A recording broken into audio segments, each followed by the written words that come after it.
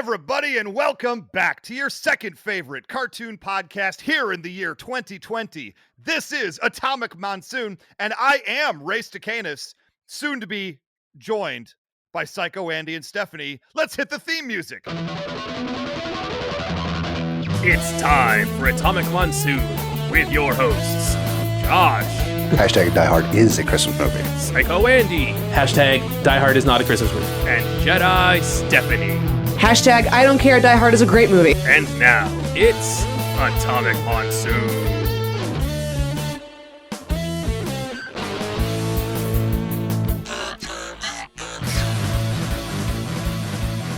I don't know if we can do a better intro than that, Stephanie.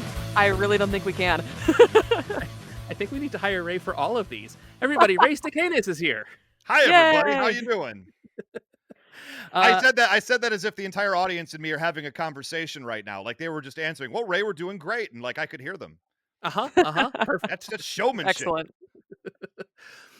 So for anyone that isn't aware or hasn't figured out this math yet, Ray is also from Knowing Is Half the Podcast, which means now we've had all three of you on this show. In what world am I the third of three to come on? I should be everyone's first call in the Rolodex. What are we talking about right now? I saved the best for last, Ray. Oh, I guess I'm a main event. Okay, I'll take it. Yeah, and then Ray, you're also from the Who Would Win podcast. The Who Would Win show, which happens to also be a podcast. We're very snooty about that. I apologize. I love the premise of that show, but boy, it gives me PTSD flashbacks of working in comic stores. Oh, sure. I absolutely understand that because you would have had to live these conversations 30,000 times every single day. And obviously argued much poorer than myself and James do on the Who Would Win show. I just kind of came down to the conclusion that of all of these fights, right? If you're near a yellow sun, Superman wins. If you're anywhere else, it's probably Goku. Yeah, I had a theory. We just did Goku versus Superman for our Showdown September. We usually don't like to do world famous, everybody always talks about them battles. We try to find unique matchups that are fun and fair and that nobody's really doing. But for September, we decided to give the people what they say they want. So we did Goku versus Superman. And spoiler alert, Goku won because I came up with the unique strategy that Goku would read Superman's mind, using his scanning abilities, find some kryptonite, bring it back and whoop Superman with it because he considered the fate of the universe at stake. And many cartoon purists got very mad at me for saying Goku would, he would never do that. And I say, look, if the entire universe is about to get destroyed in his mind, I think he would do what it takes to win. And I will stand by that decision 10 times out of 10. All right. Okay. All right. I also like to cite in Dragon Ball Z Resurrection F. There's that scene where Goku just gets shot with a gun and almost dies. That's true. He didn't have his ki energy up at the time. He was taken fully by surprise. In a combat situation, Psycho Andy, I could do this all day and have. I believe it. Yeah. It would be fun to, be a judge on that show at some point if that was a possibility. But we're not here to talk about that. Well, we kind of are. We are here to talk about some of our favorite cartoons. And since Ray runs a cartoon-based podcast, we thought it'd be appropriate to have him on. So, yeah, let's talk about some of our favorite shows. Yeah, it was either that or do an entire hour about who would win battles. But I, again, did not want to give you PTSD. Right. Yeah. No, I listen to that show as much as I can, but man, sometimes, you guys, both of you guys are just, both of you are completely right sometimes, and both of you are completely wrong, and that's okay. Well, considering that my hashtag is Ray is right, I obviously know who you mean is wrong.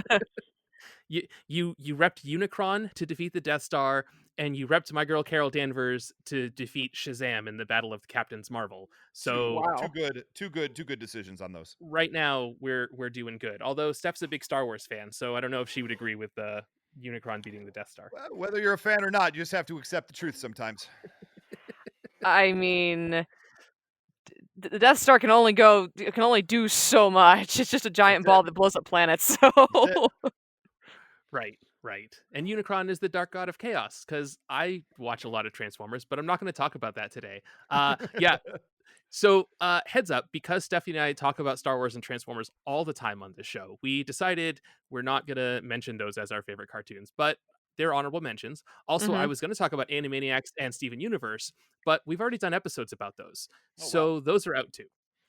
Well, you haven't done a full episode about G.I. Joe, my favorite cartoon show, so I think we could give extra time to that, right? Even though I do a podcast of nearly 500 episodes about that. Yeah, so that's the other thing. If you like G.I. Joe and Oh, you want to hear jeez. Ray's opinions on G.I. Joe, he does an entire podcast about it. So you can go hunt down Knowing Is Half the Podcast with our previous guests, Gina Ippolito and Robert Clark Chan. And there you go. You will have months. You could listen to one a day and you will be there for like a year, More. more than a year. Years. It might be Years. the rest of your life, honestly. Yeah. Well, we have done every single episode of the Sunbow era, seasons 1 and 2 G.I. Joe. We did Mhm. both of the miniseries that preceded that. We've done the G.I. Joe cartoon movie, and now we're going through the Deke era, 90s G.I. Joe, which we finished season 1, and we're nearing the end of season 2. We put it on hiatus until January so we could focus on seasonal Thanksgiving, Christmas, and Halloween specials. And then Mhm. we're going to go back to G.I. Joe and finish it out. And that will finish our season 4 of Knowing Is Half the Podcast, leaning into season 5. And who knows what we're going to do with that? Probably a Oh, gritty God. reboot. Sergeant Savage and his Screaming Eagles. We've done that one already. Oh, you did do Sergeant We Savage. did That's right. Sergeant That's in Savage. the That's right.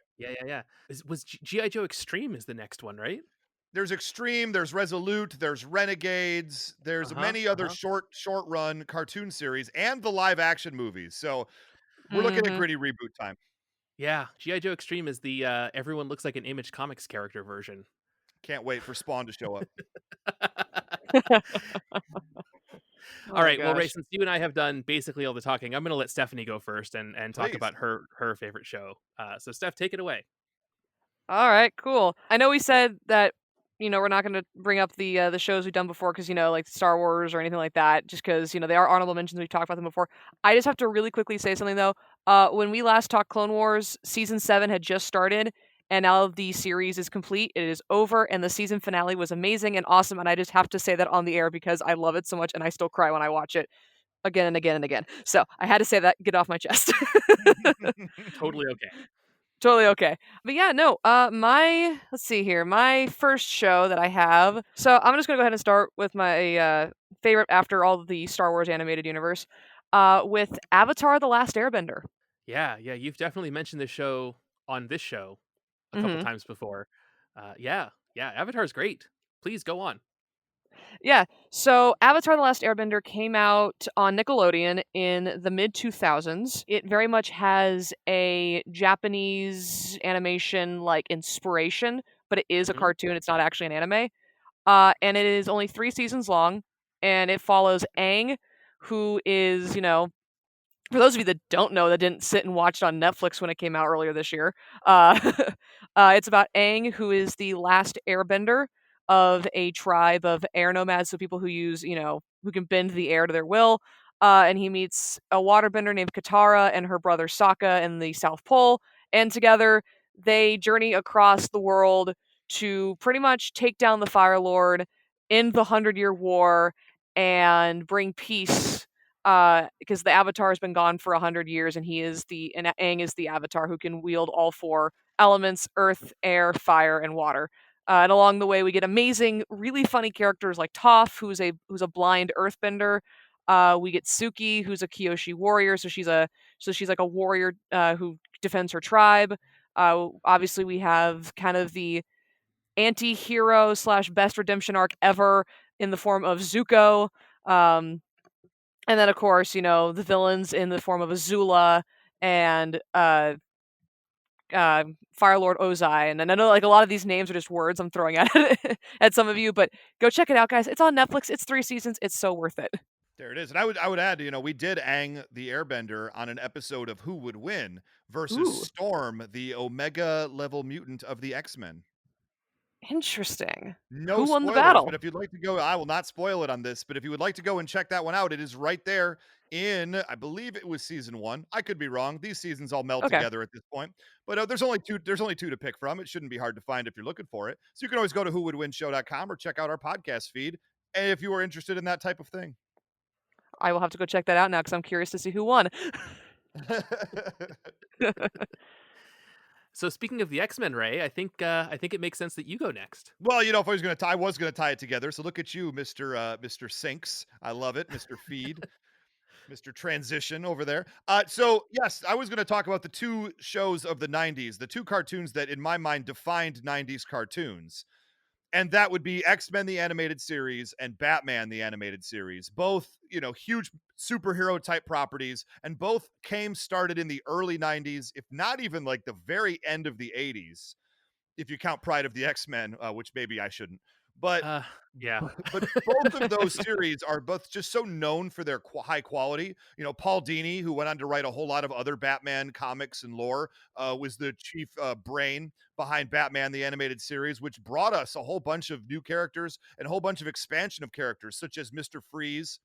He really, although the Mr. Freeze name was started in the 1966 Batman Adam West series, believe it or not, that's where they first started using the term Mr. Freeze. The entire character and his backstory really started getting developed to make him the top level emotional super villain that he is. And you can totally understand where the guy's coming from.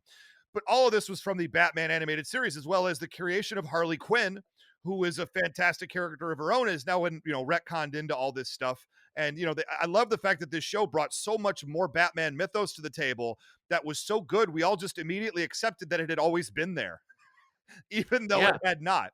And that is Yeah. so utterly amazing to me. On the other side, you have the X-Men animated series from the Lewalds, who are both absolute geniuses in their own rights as well. Julia Lewald, actually, I'm going to keep wrapping it. Julia Lewald came on the Who Would Win show and judged an episode of season Oh, 1 for us. Yeah, she did. Let's see which episode she did. Harley Quinn versus Black Widow. That was the episode that she did. Another excellent episode of our show from season 1, and she was an absolute marvel. It was like sitting in front of a deity in front of me as I'm sitting here screaming and shouting and making my case for Harley Quinn. And another good one to check out if you'd like to. I'm going to keep plugging the show. I don't care. yeah. Why not? We're Why you're here. here. And this all ties in some in one way or another, weirdly enough. It's all fresh in my mind just from that. But look, the X-Men animated series, it took a lot of the storylines from the comics. It took a lot of the characters from the comics and kind of put them together in a different and unique way. And it kept working because very few cartoons, especially at that time in the early '90s, were doing kind of episodic content where one episode led to the other in a long arc of a storyline. Usually it was one episode and we're done. Maybe you get a two-parter if they think they got something extra to say. But X-Men the animated series is, what if we just do an entire storyline through an entire season and Mhm. then sprinkle back and forth, and let's really get weird with it too. They really did an excellent job of that, but it was still approachable at the same time. So you can credit a lot of Hmm. modern cartoon storytelling to the X-Men animated series breaking those boundaries and taking those chances.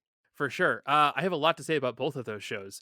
Um, X-Men is the reason I started reading comics and Okay, eventually led to my owning a comic book store. there it is. So yeah, that show, man, I don't remember if it was the first time that the pilot was on or when they, fixed it up a little bit and re-aired it in early '93. But I remember watching an episode and turning to my mom and be like, "Mom, we have to go. I have to go to the comic store. I need more of this." And it was magical. The other thing about that show that's pretty great is it's the only time I would say that you could have watched a superhero, any of the Marvel or DC based series on television and then gone to the comic store and felt like you didn't miss anything. All of the characters had their current comic book look at that time, right? Even Batman, was, like you said, like they re-edited Mr. Freeze, they introduced Harley Quinn, like all of that show was like, let's distill it down to the most basic versions of these characters and figure out what makes them work. Whereas X-Men was just like, yeah, let's just do what they're doing in the comics right now. Mm-hmm. Mm-hmm. And I think both of those approaches are really good and really solid. And I think both of them worked very well. Yeah, and who could forget the amazing Batman the Animated Series episode, one of my favorite episodes of television, which is the Gray Ghost episode, Oh yes, where yeah. they actually brought in Adam West, former Mhm. 1966 Batman, in order to play an old superhero, comic books TV superhero named the Gray Ghost, who became the center of this entire plot line where he had to come out of retirement and kind of help Batman, even though he didn't want to. And it's just an absolutely wonderful way that they brought those two Batmans together in a manner of speaking, and really kind of gives you goosebumps when you think about it. Yeah, yeah, that episode, and I think I've told this story on the air before. There was one day where I was not the store that I own, but I was working in another comic store for a while, and someone else had just like, "Hey, we're gonna watch Batman." I was like, "Yeah, sure." And he puts on Batman the animated series while I'm filing back issues, and so I'm not looking at the screen, and I just hear Batman talking. And as I'm filing stuff away, then suddenly I hear Kevin Conroy talking as Batman, and I was like, "Wait, what? What the hell just happened?" And I, Mhm, mhm. took a couple steps back to look at the screen. It's like, "Oh, it's the Gray Ghost episode, of course." But like, I wasn't expecting to hear Batman talking to Batman. Right. It was pretty great. Well, it's one of the few we did that episode for Knowing Is Half the Podcast. It was a Mhm. Patreon suggested patron episode for us, and it was one of the very few times we've done that show where we just sat back and we just had nothing but nice things to say about the product we were watching. Because what are you going to say bad about a classic? You know, Right, right. Yeah. it's hard to nitpick something that's near perfection. Yeah, Mhm. and that show is probably as close as we're gonna get. Yeah, Yeah, yeah. Yeah. Is it my turn next? I guess it's It my is your turn turn. next. Yeah, coming off Batman, I'll allow it. uh, thank you. You're so gracious. So this is a newer cartoon and the only one from this century I think that's on my list. I recently was introduced to and kind of fell in love with the new Harley Quinn cartoon, which I wasn't expecting to. One of the things about working in a comic store is you kind of get sick of hearing the same sorts of things and no offense, running into kind of the same sorts of fans over and over again. Mhm. And the kinds of people who will say that Deadpool and Harley Quinn are their favorite character um, tend to be the kind of people that I don't want to be friends with, right? Look at that. Again, I'm sure they're perfectly nice people, but we tend to go different ways. And so Look, that kind of soured me on both of those characters. I'll add to that. Please, Like, Ray. anybody who tells you Rick and Morty is their favorite show almost assuredly does not understand Rick and Morty, and is probably not someone you want to talk to at length. Right. Yeah. Yeah. That's another show. It's not on my list because I'm working my way through it because, yeah, it's all of the fans of that show are just so loud and wrong But that about but that show is so good. It's probably the best yeah. science fiction, animated we've gotten since Futurama. So, Mhm. that's what kills me about having such a weird fan base, and sorry all you Rick and Morty fans who stood in line getting raging outside of McDonald's for Szechuan sauce. Y'all a bunch of Jerrys who don't understand the show. Yeah, I'm not going to disagree with that at all. I'll take the heat so you don't have to. That's fair. That's fair. I mean, Used yes, to it. I disagree with that. Send angry letters to Ray. Please. Um I need the attention. Yeah, yeah. No, but Harley Quinn, the Harley Quinn cartoon's a lot of fun. One of my friends who I trust, actually Dana Shope, who we had on this show several months ago, he suggested it to me and was like, "Dude, you got to check this out. You're gonna love it." And I was like, "But it's Harley Quinn. Okay, all right." And I was like, "I'll watch the first couple episodes," and it was really good. And I really like that they've made Clayface like this absurd Shakespearean actor. Mhm. Um, I Poison Ivy is just so nonchalant about everything, and she's like, "I don't care. I just want to save some trees." Through the entire show, Bane just coming around, wanting to blow up everything is fantastic. And I mean, Harley's voiced by Kaylee Cuoco from The Big Bang Theory, so there's something for people who are fans of that show, I guess. Mhm. Um, I don't know. The whole thing is a bunch of ingredients that I probably shouldn't like, and they all come together into a delicious stew that I really enjoy. And I'm kind of excited to find out that they announced season 3 recently. Oh, that's great. So yeah, yeah. Seasons 1 and 2 are on HBO Max. They were on the DC Universe streaming app. That whole thing is changing in January, where it's just going to be the digital comics outlet, and they're renaming it Oh. like DC Infinite or something. And all of the DC shows are moving to HBO Max sometime next year. So I think most of them are up there right now, anyways. Mhm. Which makes sense. Warner Brothers owns all of that stuff, so why not consolidate all the streaming stuff to one place? But yeah, yeah, it's a lot of fun, and I don't have anything bad to say about it. Well, why would you? These are your favorite cartoons. Right, We'll get right, to our yeah, we'll get to our most hated cartoons later. That's fine. yeah, yeah, yeah, yeah. The one thing I will, because we tend to be more of a family-friendly podcast, I will warn that the Harley Quinn cartoon is very rated R. There's a lot of F-bombs. There's a couple C-bombs in there Mm. from a rather misogynist character who is a villain. But yeah, there's some language and a lot of blood. So, for the kiddos, maybe be warned or, get away with something. One of those two. I mean, it's on Yeah. HBO Max. What do you want? Right. Right. They're not hiding it. Yeah. So, yeah. Steph, what about what's another show that you like? I guess we could kind of stick with the superhero kind of thing and owned by Warner Brothers and Cartoon Network. And also, I think is oddly enough on HBO Max. This is a show that was on Cartoon Network, I think, in the 2009 to like 2000 like 12-ish era. It was around there. It was like a couple seasons long. But it's Ben 10 Alien Force, which is the sequel series to the original animated one called Ben 10, about a kid who pretty much has a watch that allows him to turn into different like aliens and then fight, alien crime, on the planet Earth over the summer. But in Ben 10 Alien Force, it takes place roughly based off the timeline, like several or so years after the original series. So Ben is no longer like this little like 8-year-old kid who just happens to have a superpower watch. Now he's like 15, 16 years old and is in high school and trying to live his life, and his grandpa goes missing. So he teams up with his cousin and his old flame and rival Kevin Levin, and just together they all kind of go and they gather up all these kids who also have superpowers, and it's like, yo, let's fight some aliens and find Grandpa Max. And I ran across this show one night on Cartoon Network during their like Friday night, are you seeing this lineup that they had with Clone Wars and Batman Brave and the Bold and Secret Saturdays and Young Justice and all those shows. Um and I was iffy on the original Ben 10. I was not that big of a fan of it. It was but I just but I really, really enjoyed Ben 10 Alien Force. That I actually, oddly enough, a couple days ago I was watching a video and I was like, I wanna watch it again, so now I'm watching it again, and it's still just as great as ever, and I love it. Yeah, I'm not terribly familiar with any of the Ben 10 stuff. I remember seeing a bunch of the action figures in Toys R Us while it was on the air, and for the next couple years. And some of the Mhm. character designs are great, but I haven't had cable since 2009, so a lot of a lot Fair. of later Cartoon Network stuff is sort of lost on me, unfortunately. Mhm. Yeah, same here. I was not big into Cartoon Network at that particular time frame. There was the part where I was trying to deny that I loved cartoons when I was trying to be a cool guy throughout my 20s. But that ended up just being a complete lie, and now I podcast about cartoons. So, I mean, who knows? Right. Mhm. I will say Ben 10 has been an often requested character for us to do on the Who Would Win show.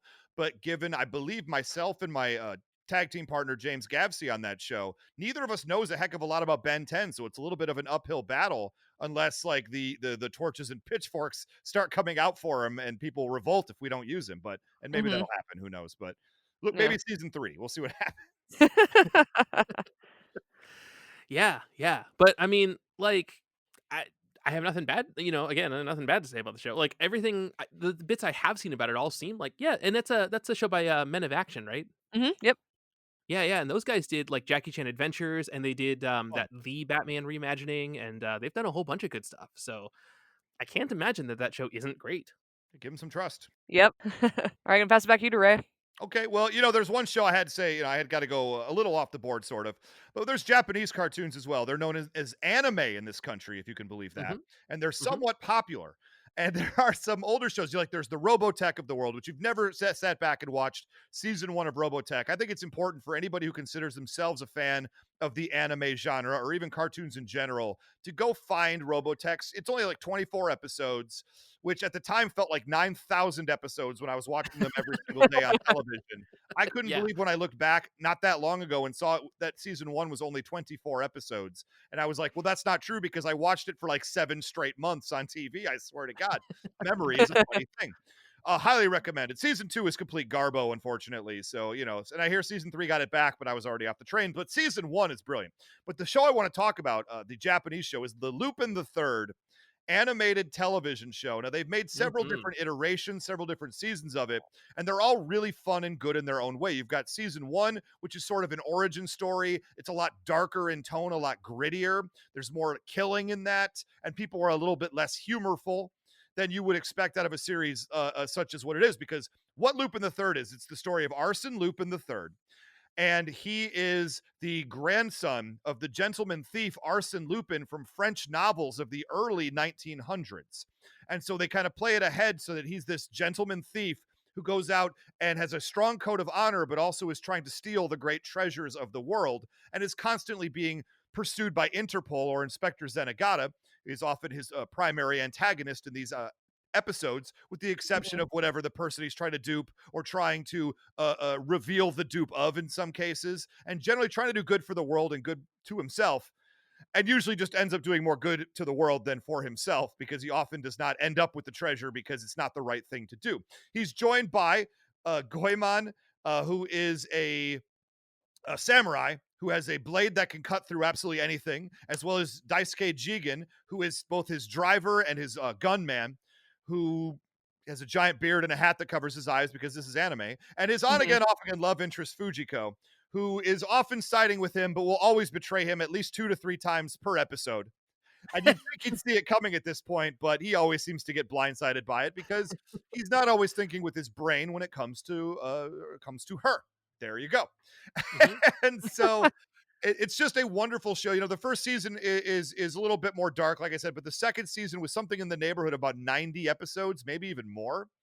And Whoa. this is where it really just gets crazy. And then they did a later season that came later, and then I believe that there's a computer animated movie that either came out last year, this year, about to come out. I've lost track of it, but it looked real interesting too. And they've also Huh. in Japan every single year for since the 70s, they did a new Lupin the Third movie, cartoon movie every single year. Each one done by a different director of anime who had a different style. So you have some that Oh. really focus on the comedic side of things. You've got some that are much more dark and action oriented, but they keep the souls of the characters intact for over 30 movies, one a year, all the way through the early and mid aughts, I believe. And Dang. then you also had, for example, the best of the Lupin the Third movies was done by a guy named Miyazaki. If you're familiar with Spirited Away or Mhm. Princess Yeah. Mononoke, yeah, he did one of the first Lupin movies. It's called The Castle of Cagliostro, and in my mind, it's one of the top 5 movies ever made. So if you have an interest in this character based on what I said, or you kind of heard about him before, check out Castle of Cagliostro. Check out season 2 of the TV show where you can find it. Highly recommended. Big fan of Lupin sitting right here. Nice. Yeah, I remember watching a handful of Lupin episodes when it was on, was it Toonami's Midnight Run It for a was on while there? Toonami for a while. It sort of got shuffled around a lot, so it never really had a consistent time slot. But they did hit Toonami. They for a while had it in the afternoons, but it was basically shuffled in and around all the time for whatever reason. Yeah, yeah. So I remember watching a bunch of it then and thinking like this show would be really cool if I could sit down and watch a bunch of it. Yes. And unfortunately I never did. So Yeah. but I have a lot of respect for it. I mean, it's a show that's lasted forever. I didn't realize that there was a movie every year, but I knew that there were a ton of movies about it. So that's pretty great. Mhm. Yeah, it's very prolific in what it's been able to put out there. Maybe not, some of these One Pieces of the world. There's like 500 episodes, sure, but as far Right. as just its longevity over a long period of time and staying popular, it's been popular for a very long time. Speaking of shows that have been popular for a very, very long time and franchises, Mhm. my next pick was going to be the Teenage Mutant Ninja Turtles. Ooh. Mm. So if the X-Men cartoon isn't the thing that got me into, I mean, the X-Men cartoon is the thing that I say got me into comics, but that wouldn't have happened if not for the Teenage Mutant Ninja Turtles, and they wouldn't have existed if not for the X-Men. So that's a nice, weird, vicious cycle of creativity. But yeah, so at this point I think we're on like the fifth Ninja Turtles cartoon, and the sixth Ninja Turtles television show, because there was that weird live action one by Saban in the mid-90s that was just garbage. I'm sorry if you like the next mutation. It's not a good show. This podcast is not for you if you liked that live action trash. Yeah, that's about right. I'm going to talk about the original. I really also like the 2003 cartoon. I haven't watched all of the 2012 one, but that's also really solid. I Rise of the TMNT isn't for me, but that's fine. But I've been, during this lockdown this year in 2020, I've been rewatching a bunch of episodes of the original 1987 Ninja Turtles cartoon, which originally aired the week between Christmas and New Year's in 1987. So almost exactly 33 years ago. Oh God, I'm old. And I kind of feel like everyone knows who the Ninja Turtles are at this point. So, they're a bunch of turtles who have learned ninjutsu from their rat sensei, and they're all named after Renaissance painters. What the hell? And man, it's interesting going back and watching this old cartoon because Ray, like you said, I mean, there are, I think there's like 193 episodes of that show, and I have them all on DVD because that's the level of nerd I am. But there's some stuff that like I only remember, like I distinctly remember a handful of them, and it turns out all the ones I remember are from the first 2.5 seasons, Hmm. and which it comes out to about 25 episodes. um, so I don't know. I don't know what happened there, but like I remember, so that this is the series where Baxter Stockman was the Caucasian scientist who gets turned into a fly, and I remember that lasting for years. It turns out he gets transformed halfway through the second season, and the first season's only 5 episodes long. So he's transformed into a fly like 10 episodes into the show, and I was like, really? It was that fast? Okay. That show, it's a who's who of voice acting. We have the late James Avery doing the voice of the Shredder, Uncle Phil from Fresh Prince of Bel-Air, Rob Paulson as Raphael, Cam Clark as Leonardo, Townsend Coleman as Michelangelo, and Barry, oh god damn it, Barry, he's really just known as one name. Barry as Donatello. I'm gonna edit in his name here in post because that's terrible that I can't remember. But yeah, and then Leo and Don also voiced Bebop and Rocksteady throughout that show, and it lasted 10 years. It lasted longer than most people remember. 10 seasons for any animated show is forever, unless you're Yeah. The Simpsons. Um, so yeah, the reason anyone knows who the Ninja Turtles are is because of this cartoon. Oh, by the way, And Andy, yeah, Barry Gordon. Barry Gordon. I was gonna say Barry Gibson, and that was not correct. But And that would have been a lie. yeah, and I didn't want to spread false information on this podcast. Just some opinions that people might disagree with. Thank you. Uh, yeah. So the roundabout thing about this is because I was such a Turtles fan for so long, my dad ended up getting me some of the graphic novels, which turned out to be the original black and white Mirage graphic novels, but the colorized versions of Good them. And stuff. I got Yeah. those for Christmas one year. And that was the first time where I was like, oh, comics are fucking cool. Mm-hmm. And like, so that happened around the same time that the X-Men cartoon started. So it was sort of a 1-2 punch as to why my life ended up the way that it did. Uh, so thank you, Kevin Eastman and Peter Laird, for having my life turn out the way that it did. Yeah, that's what's wild about that is that cartoon is so whitewashed and it's so kid friendly and ridiculous, Yeah. quite frankly, that when you start looking at the actual stuff that it's based on. So I was such a fan of that in the early 90s as a kid. So I ended up getting the first of the comic book trade paperbacks. So what you're referring to, it's real beat Mhm. up right now, but I still have it, as well as the Teenage Mutant Ninja Turtles role playing game from Palladium, the Yeah. creators of Heroes Unlimited. What is it? Ninjas and Super Spies, I think. Is that the one? Yeah. And they did I think all so. these Yeah. different, the exact same system for all of these. And this is where I found out things like Baxter Stockman was whitewashed for the cartoon for no good reason, as far as I'm concerned. That was really upsetting when I found that out. Like, So one of the other podcasts I listened to is called Turtle Soup, and they speculated that having it, because Baxter Stockman's African American in the original comics, having an African American man calling a lighter skinned character master throughout the show probably wouldn't have gone over so well. So they whitewashed him. maybe rewrite it so he doesn't say that. We could do that too. Well, that is also an option. Yeah. Okay, maybe it is your story. You can write it any way you want to. Just put it out there. Yeah. I'm not saying that is definitely what happened, but that was the speculation these guys came up with, and I was like, that's not an entirely bad argument. So Until you find out that Shredder, the guy I'd be saying it to, is Dr. Phil. Or Dr. Phil. Is Phil Uncle Phil? Uncle Phil, Or he yeah, could also be Dr. Phil. If he was Dr. Phil, it's a different show. Let me put it out there. yeah, very different show. Yeah. Also worth Yeah, noting, the more recent animated movie came out, Batman versus the Ninja Turtles, that is so good. which is so good. Yeah, I got to put out there if you're interested in something. I think it's on Netflix. Is that right? Um, It's on one of those things. it's on one of the the streamers. yeah. I don't know which streaming service is on it is. Here's what happened: is one of my friends told me about that, and I was like, I mean, I have the comics for it, and the comics are great, but I was like, but some of those DC straight to video things are kind of hit and miss. Most of them are good, but some of them are not for me.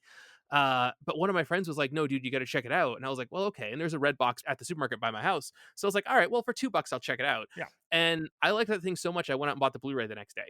Oh my gosh. Mm-hmm.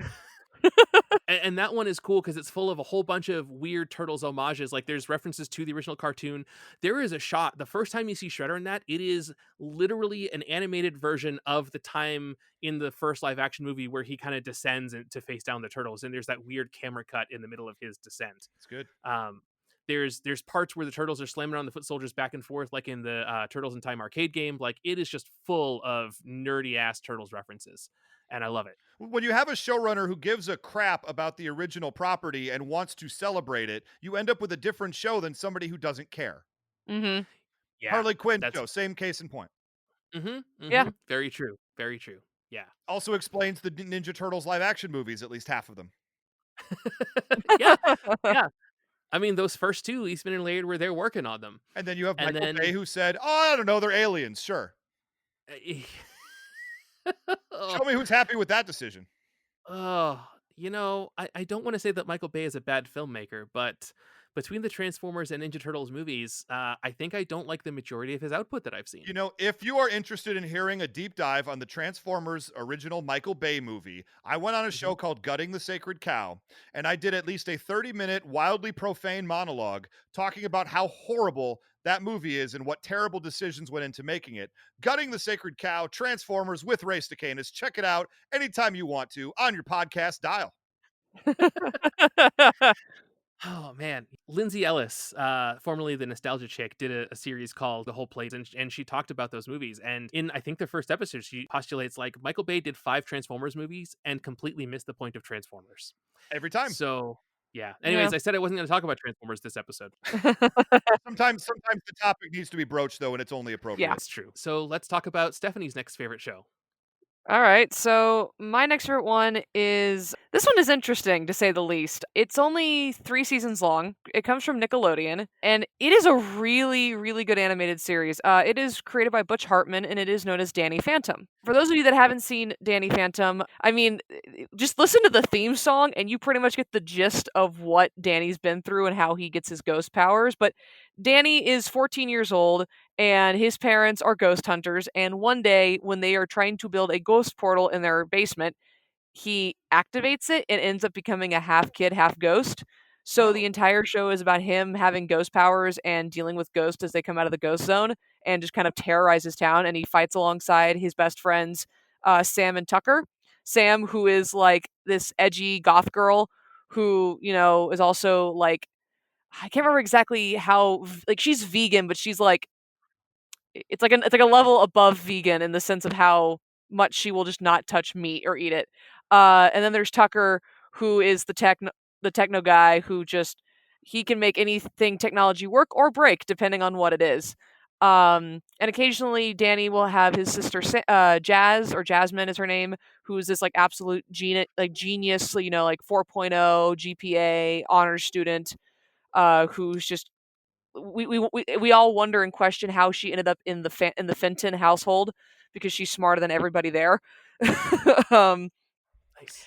and it's an overall really, really great show, and it's really action packed, it's really funny, it's got some great moments in it. And the series ended on a really kind of awesome high note where Danny's secret kind of gets out and everybody knows that he's now the ghost boy, and his parents find out, and it's like this really kind of wholesome ending. And a lot of people have been demanding and wishing for a sequel series, but no one really knows what happened because it actually apparently got canceled, and they just kind of had to like wrap up what they had left. So there's a lot of questions in the air what happened to the show, but it's still really, really good. I think you can find it on Hulu, I believe. Last we had a conversation about Danny Phantom. Yeah. And so By yeah. coincidence, Boy. yeah, by coincidence, I happened to listen to a couple of our other episodes this week, and you had mentioned Danny Phantom on our Outbreak Breakout episode from back Yes. in March when COVID first hit. And you were talking about the episode where there was the plant monster that was mind controlling people. Yep, and it was Mark Hamill that was voicing him. Yep. Man, That's right. that whole ending really gives new meaning to if my parents find out, they'll kill me. Yeah. It really does. I mean, they don't. It's a happy ending, but yeah. Man, So, pretty wild stuff.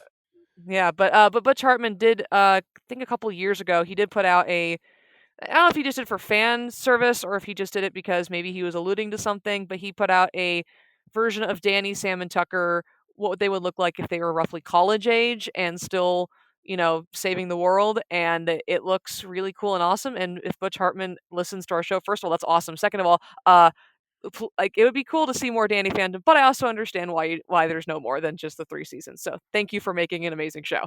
There you go. And sometimes 3 seasons all you need. Sometimes 1 season's all you need. Look at It's the true. remake of Watchmen. I can't imagine a second season would have been worth it. They said it perfectly in the first one. Yeah. Yeah. I haven't watched that yet, but from everything I've heard from everyone, yeah, 1 season and they're done. And everyone's like, I want more because it's so good. But on the other hand, no, I don't, because don't ruin it. Let's go Yeah. ahead and pause the recording here so you can watch the entire first season of Watchmen, and then we'll just pick up when you're done, okay? Yeah, I'll see you guys tomorrow. Okay, we're back. How'd you like Watchmen, Andy? It was so good. Yeah, it's pretty good. Yeah. Yeah. Can you believe that thing happened with that thing? Dude, that was the craziest thing. Dude, It crazy was thing. and then that one dude showed up and that girl was like, and just killed him. Yeah. Wow. Yeah, Yeah. you've clearly Yeah. seen it. It's great. Yeah. Well, I'll go ahead and do my next show here. I was gonna go. We have time at the end here. I'll talk about some wild, crazy shows we've done on Knowing Is Half the Podcast. But there's one other thing. I got to bring more attention to the Adult Swim shows because these are all just so wonderful. Mhm. And some of the more adult themed ones, not like adult like that, but more just like mature themes. So you got like the BoJack Mhm. Horseman's, which is magical. You have which is also very depressing. Every single season of that ends with me just feeling like I've been punched in the gut, which is good. Any cartoon that can make you feel something, holy crap, what a great job. Rick and Morty, Mhm. as I mentioned before, great show, bad audience. The two I want to bring a spotlight on a little bit are two of my favorites from not that long ago, but Metalocalypse, which is the Okay. story of a heavy metal band that became literally like 20% of the world's economy is now centered through this heavy metal band. They're so popular and so over the top and so ridiculous that they essentially like drive industries. And they also accidentally, battle evil, whether they're really intending to or not. And it's every single season that goes by heightens kind of where they're at. And they just do over the top spectacles that get lots of people killed, and they make bad decisions and then sometimes have to do things normal people do, but they've not been raised outside of a bubble that allows them to do that. So it's an absolutely hilarious show. It's an absolutely beautiful show. And the music, the death metal kind of music, not usually my favorite genre, but the stuff they put out there is just ripping. It's real good, made by real musicians and real comedians, and the amalgam thereof. And so if you have not checked it out, it's not going to be for everybody, but definitely for people with the darker souls, such as myself, I think you might get a kick out of it. But the one show I really wanted to feature was Venture Brothers, which when I was thinking about shows that are brilliant, we got to at least mention it. Now it's gone in, I think, the 7th season. I'm not exactly sure, but the great story with that is they thought they had somewhere in the neighborhood of, I believe, 10 episodes to tell the story of the previous season. So they opened with and it had been a long time between the seasons. And so they opened with a 2-parter like event. And then they were like, cool, we put this out there like 6 months before the rest of the show came out. So they start working on the episodes, working on the show, and there was a miscommunication somewhere because they thought they had 10 episodes, but Cartoon Network said, no, your first 2 were the ones we just made 6 months ago. So they ended up having 8 episodes or 7 episodes or whatever the heck it was, but there were supposed to be 2 more for them to wrap up their arc. But they'd already built it so high, there was no way to wrap it up. And when they found out there was like 1 episode left in the season, so instead of wrapping it up poorly, they just stopped where they would stop at that point and said, if you give us another season, we'll wrap up this arc and start another. Oh my god. How does miscommunication like that happen? But yeah, if you watch that show in the last season, it just sort of ends. Like there's no conclusions. It's just an episode ends and we're done. And you like literally, I was there trying to watch it on, I want to say Hulu. And I was like, yeah, but where's the next one? Oh, there is no next one. And that's when I found out about this crazy story. So, but Venture Brothers tells a story. It's a throwback to Johnny Quest. It's a throwback to 60s superheroes culture. And it tells the story of Dr. Thaddeus Venture, who is a son of a great scientist. He was sort of the sidekick in the Johnny Quest, if you will. And he grew up to be more of a pill popper, still a genius, but he really has no drive to do a lot of things outside of feed his own ego and his own habits. And he's got 2 twin clone sons, spoiler alert, and Brock Sampson, played by the immeasurable Patrick Warburton, who is like a former special ops guy who keeps the whole family alive. And they constantly do battle with a number of different supervillains, most notably the Monarch, who is a butterfly-themed supervillain who has it in for Dr. Venture. And they all prescribe to a series of rules because all the bad guys are in the same union together which measures how they're able to do things and which lines they're able to cross. And it's the Guild of Calamitous Intent. So there's a whole lot of just really fun interplay with just adult systems in the real world, limiting heroes and supervillains from doing what they do, and the consequences for stepping over the line, and the wild adventures that everybody takes along the way. It's just a really, really fun show that really goes deep into character development. Even the minor characters all get their moments, much like Futurama did, where they get to kind of bring them to the surface, tell their stories, and then they go back to being a minor character, but they're always around. And it's one of the best world building shows. Like I said, Futurama is what I consider like an ultimate world building show, where every season built on previous seasons and expanded the entire universe. Venture Brothers does the same thing. So by the time you're done with it, there's like a bazillion characters, but you know who all of them are deeply, and you give a crap about them. So definitely suggested. If you haven't done a lot of the Adult Swim stuff, that's a great place to start. Yeah, All I'm right. gonna have to spend more time with Venture Brothers. I haven't watched a ton of it. I've seen a handful of episodes here and there, and I've always enjoyed them, but I've never sat down to watch all of them. So It's real smart. It's real smart, without like beating you over the head with how smart it is. You know, it's like a sublime smart. yeah, yeah, that's great. I want to talk about something really dumb now. Please. Okay. Okay, so this show is King Arthur and the Knights of Justice. Oh, wonderful show. Sure. Yeah, so this show has Sure. maybe the best, most rocking theme song of any show in the 1990s, and I say that knowing that people love the X-Men cartoon theme song. I don't care. King Arthur has a better theme, and they're written by Wow. the same guy, so Oh, okay. whatever.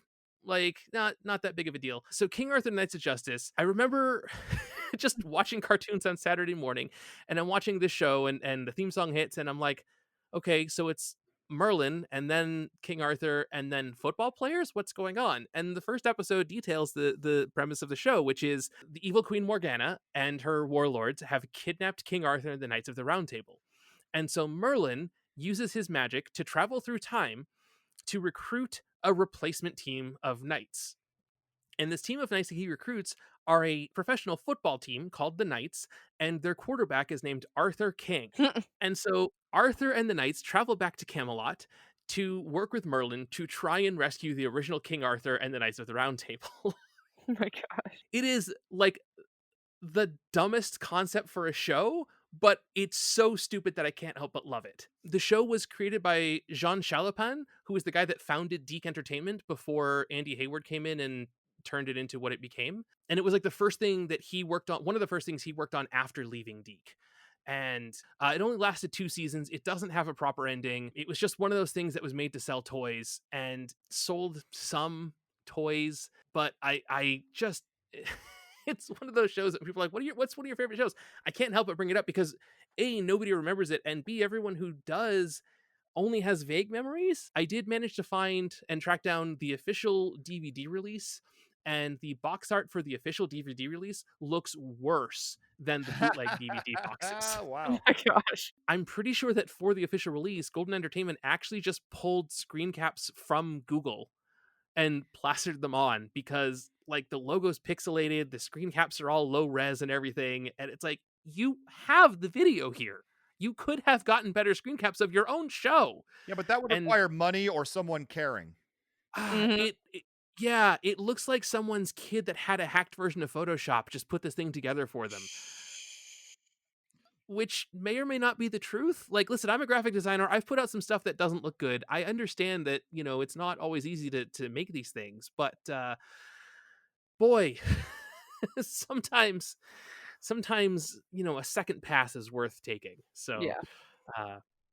anyways, that show's not streaming anywhere. I think there are some episodes on YouTube if you want to track it down, but I think the DVD release is like $12 on Amazon. So if you are at all curious about this bizarre concept of a show, check it out. It's fun. Awesome. Yeah, we watched an episode of that for Knowing Is Half the Podcast because of the theme song, purely. And it is definitely a program. Did you watch one? Because I'm pretty sure I've said that if you guys are going to do that, I want to be on that show with you. You may have, but not to me.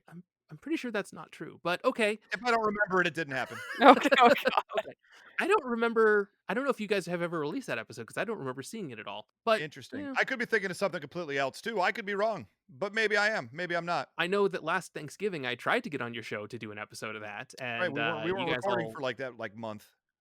Yeah, you guys all big timed me, and we're like, nah, you don't have enough. Who cares? When you're big time, you get to be big time. I mean, I don't know what to tell you. Fair enough. Fair enough.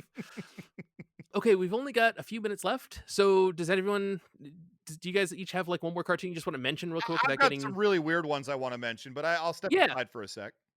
Okay. I just Yeah. want to jump right to it. I just got one more that I just want to mention, and it's Absolutely. literally just Disney Channel's Kim Possible because it's amazing and it's on Disney Plus. And the theme song is amazing.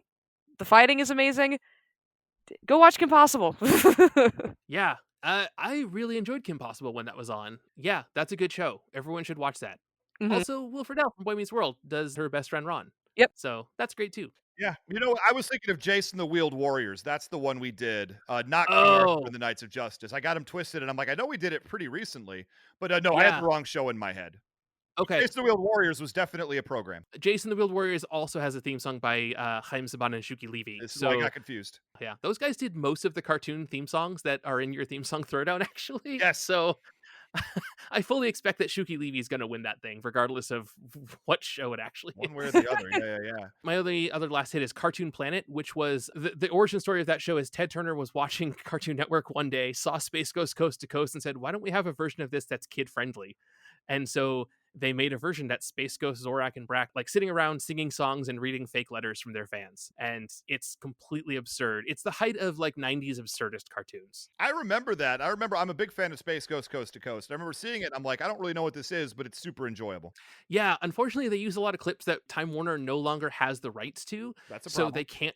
Yeah, they can't release it on home video at all. But every episode is on YouTube as of like last week. Oh, great. Yeah, so Cartoon Planet is just absurd. Most people are not going to like that show, but it's pretty good.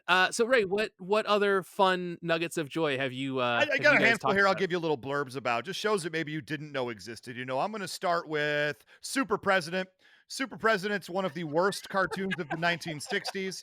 The premise of this is that you have a superhero who has the ability to change his own molecular structure into whatever substance he wants: smoke, water, lead, radiation, whatever the heck it is. But his secret identity is he is the president of the United States. Oh my god. And he looks like Mike Pence, and he walks around with a Karl Rove-esque sidekick who is like his chief of staff, but he doesn't have a costume. He just shows up in a suit and a tie as the chief of staff, and nobody can figure out that the super president, the actual character's name of super president, who walks around with the actual chief of staff, is the president of the United States. Oh my It's truly an amazingly terrible show. Another one that's really fun is Gilligan's Planet, a show I didn't know Oh existed God. until we did it on Knowing Is Half the Podcast.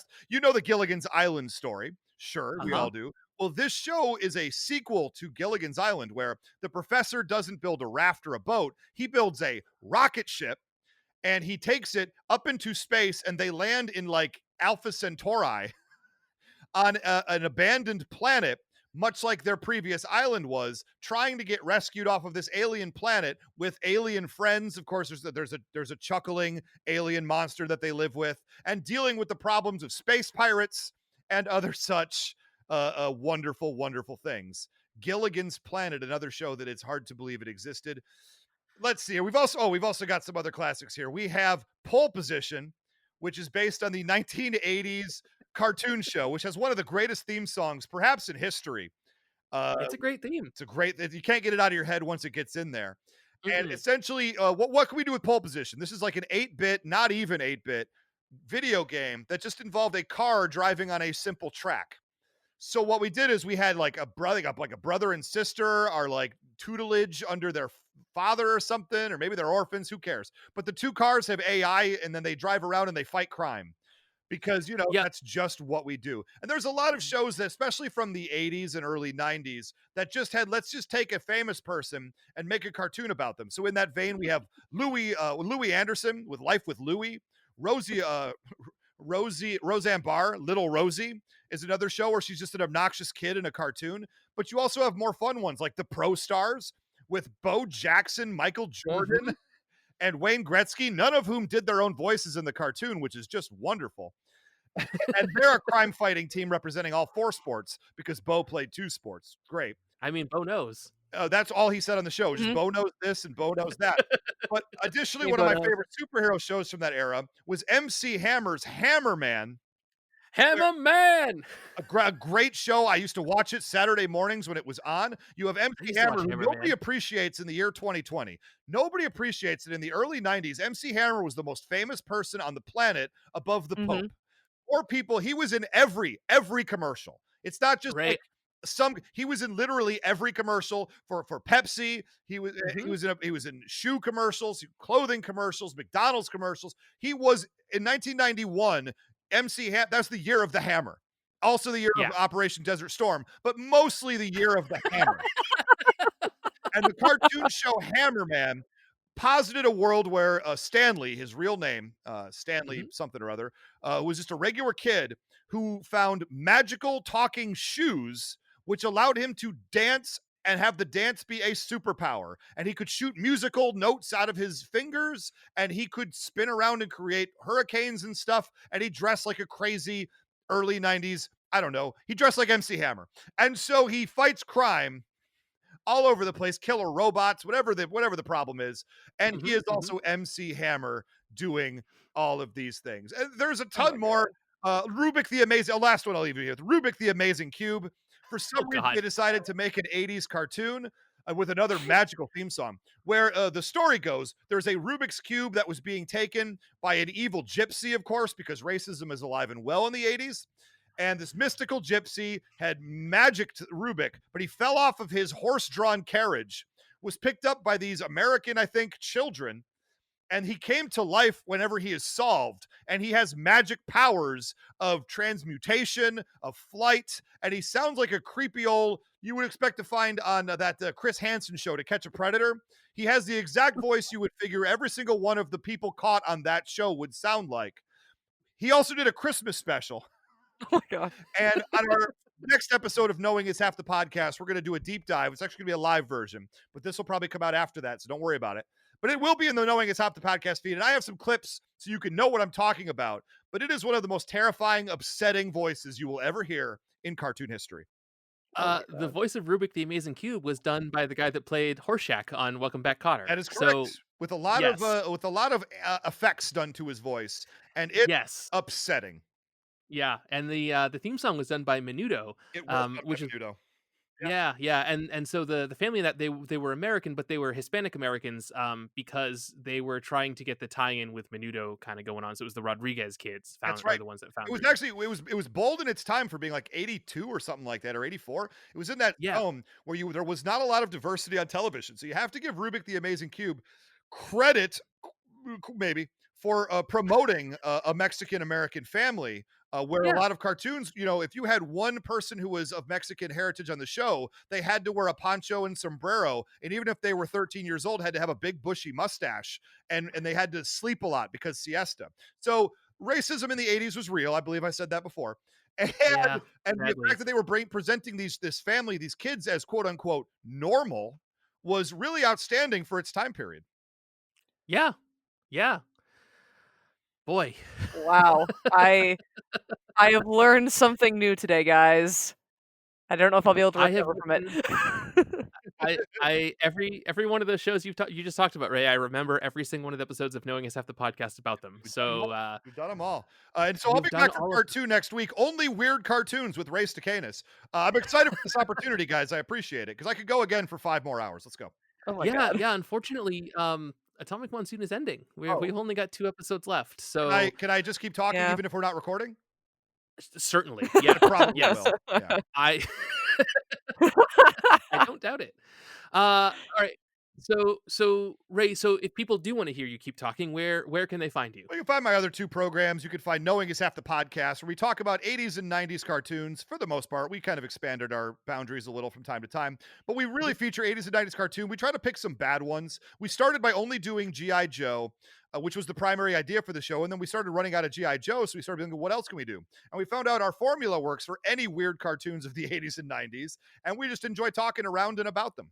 Good times. Also, the Who Would Win show, which is a big time deal. It's got new video shows coming out soon. We're working with Twitch and YouTube to do big live shows, Oh, and cool. video shows. It's going to be a lot of fun. And we're kind of putting that production together for that. So breaking news here on this show. Wow, I haven't even talked about this on the other shows. That's what we're going to be doing with that. Hopefully, as we start season 3 in January, as season 2 is coming to a close with it being December, we decided to do seasons based on years. You can go to whowouldwinshow.com or find us wherever you podcast. Just look up the Who Would Win Show and look for the one with my name on it, Ray Stakenas. It's a red and yellow logo. You can't miss it. Should be near the top. And we debate superhero battles and character battles, based on comics, sci-fi, video games, TV shows, whatever the heck whatever their characters are interesting to talk about. We want to do battles between them. Most recently, we did Batman and Robin 1966 versus Hobbs and Shaw from the Fast and Furious franchise, which is an absolutely wonderful episode. One of my favorite episodes we ever did was Solid Snake from the Metal Gear Solid games versus the Iron Giant, which I thought was a very, very compelling piece of programming. Very, very interesting. Yeah. Our most recent episodes, we've got Rogue versus Dumbledore, which is another fun one to do. And we did do one of our favorites, The Muppets versus Sesame Street. We've done that one twice now, with us flipping which side we were representing from the first battle to the second. Yeah, and if I remember, Sesame Street won one of those, and the Muppets won the other one. That is correct. So you guys are going to have a rubber match at some point. At some point, we got to figure this one out because who could even tell anymore? But Muppets, if you want to hear a crazy battle where we take some liberties and have some fun, Certainly did. Sesame Street might be one of the weirdest episodes we've ever done. Yeah, they are fun. It is a fun show to listen to when I'm not filled with rage about stupid customers that I used to have. Look, I worked retail for a game company running a gaming store for 8 years, so I know your pain. Yeah. Okay. Perfect. All right, guys. Yeah, so we are well over time. I'm going to try and edit this episode down to our normal time, but it's probably not going to work, so that's fine. Don't mess with you can perfection, find Andy. But yeah, that's fair enough. You can find us at Atomic Monsoon on Twitter and Facebook. You can email us atomicmonsoon@gmail.com. We're atomic_monsoon on Instagram. You can find shirts for our stuff at redbubble.com and search for Atomic Monsoon. You get our logo on shirts and masks and clocks and whatever else you want. Phone cases that tell you where your pop socket goes. Good times. And because, like I mentioned, we are ending with episode 100, and this is episode 98.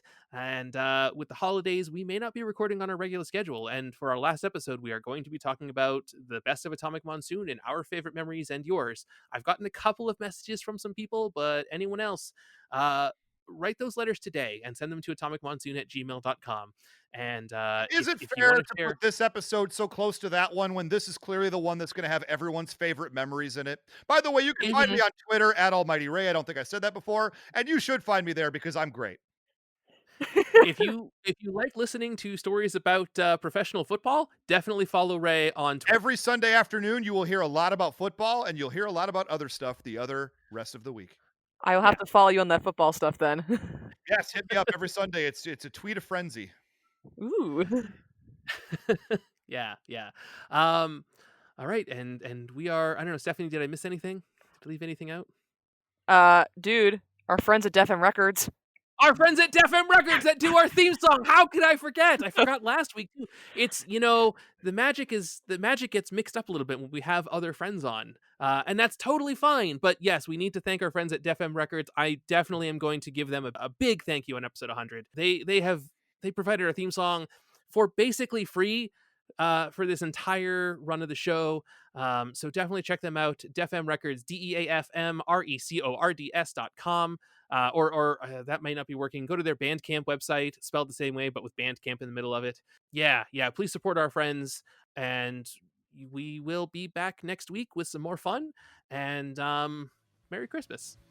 Yay! Merry happy Happy Melmas! Okay, bye.